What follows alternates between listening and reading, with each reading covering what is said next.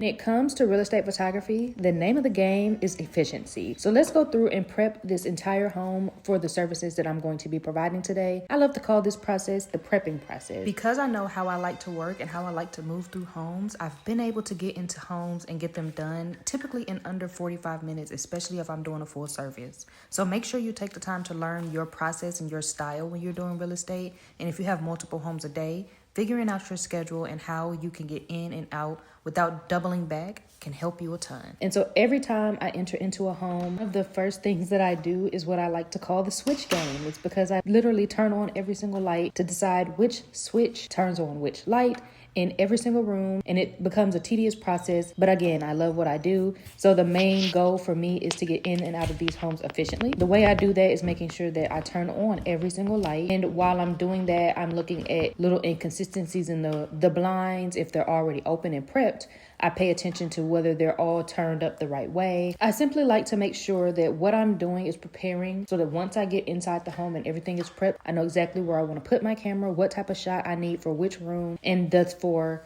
going throughout the house in that same manner. If your camera can see a space, go ahead and turn on the light. That's just a tip trick that will help you get through the home a lot quicker. So keep in mind that efficiency is just for you to be prepared and not stress yourself out throughout the day. Some days I'm fully packed with homes in different cities, and it may be 3 to 4 homes a day. And you just want to make sure that you're able to move through those as quickly as possible while still, of course, providing quality images. Another thing that will help you sell yourself to a real estate agent is bringing things like a door stopper for situations where the door just continues to close, or even a step stool if you're shorter like me, to make sure that you can turn off all ceiling fans. Now, some homes you can't turn it off no matter what. There's no light switch and the strings don't work. This is where knowing your camera and your system, whether you're bracketing or flash, how to get a better shot without that. Of course, you don't want to bracket in a situation where the fan is not turning off. In a situation like that, using a flash at a higher enough sync speed, you can definitely get the fan to freeze enough for you to take the image. Once the home is fully prepped, I bring out my camera on my tripod, make sure every single shot is level and in focus, and I just move through the home exactly like that. When it comes to doing photos, you're a little bit more lenient with being able to turn off lights mid-process. If you're doing a 360 home tour, you might have to leave everything on until you're done with that floor so that you're not getting at an angle where they can see that the light in this space may not be on. So making sure you're planning ahead so you know what services you're doing can help you process through the home easier.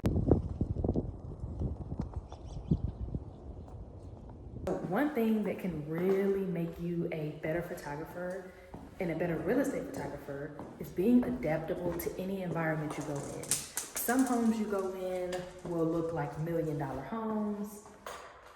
Some homes will be perfect for that quality, amazing portfolio shot. But then some homes are just going to be a regular family home, and being able to adapt between the two can show how versatile you are as a photographer.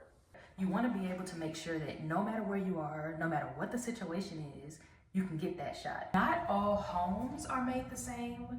Just like not all people, not all clients are made the same. So learning who you're working for, what you're capable of doing is really what sets you apart. Some homes are dusty, some homes are old, some homes haven't been touched in months.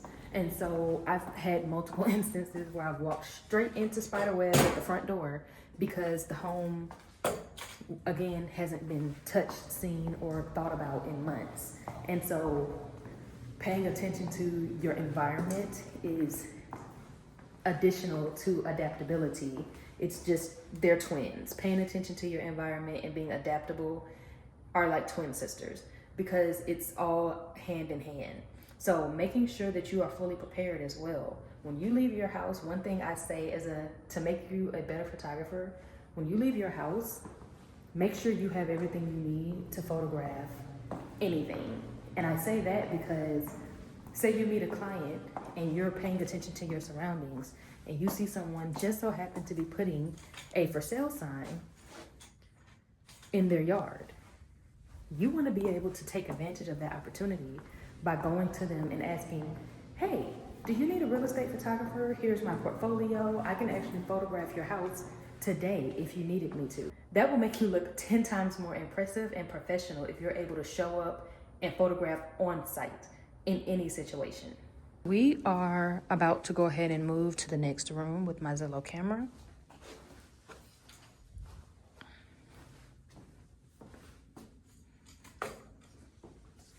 And again, if you can see the camera can see you.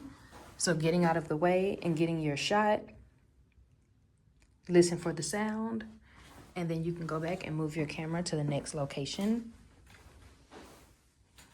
This home, the closets are super small, so they don't necessarily need to be shown on the Zillow. So I'm going to skip that. Again, as you see, when I came in the home, I prepped the home as if I were going into any other space so that I can just move through the home easily. Once I'm done with the Zillow, since this home is a one-story house, I will be in and out of this home in no time. So once I'm done with all of these shots here, I'm gonna go back through and do my real estate shot. This client wants 20 photos, so I'm gonna do the photos at the end in this house because the home is one story. It's gonna be super easy to go in and get those shots once everything is done with the Zillow. But because I know my routine and I know my workflow, I can get in and out and maneuver like that. I like to compare real estate photography to like what Michael Jackson said one time. He learns his dance routines backwards and forwards. He knows exactly where to start back dancing when it's time for him to start back. He can get right back into the routine. And so that's the same thing with real estate photography. I know the exact process that it takes to do a home. And surprisingly, a lot of homes in the area that I'm in and a lot of the homes in the area that I work in are the same floor plan, just switched between where the home is on the lot. So I've seen this type of layout before in a home. So it's something that once you get in, you've seen it all, you've seen it once, you've seen it all. But being able to be adaptable and having a structure can really take you a long way. I've already pretty much done the whole Zillow. It's gonna take me maybe 5 minutes to come back out, put up my tripod, and get the rest of my shots for my photography. But literally, because I know the floor plan and I know my routine and my structure, I can be in and out of these homes.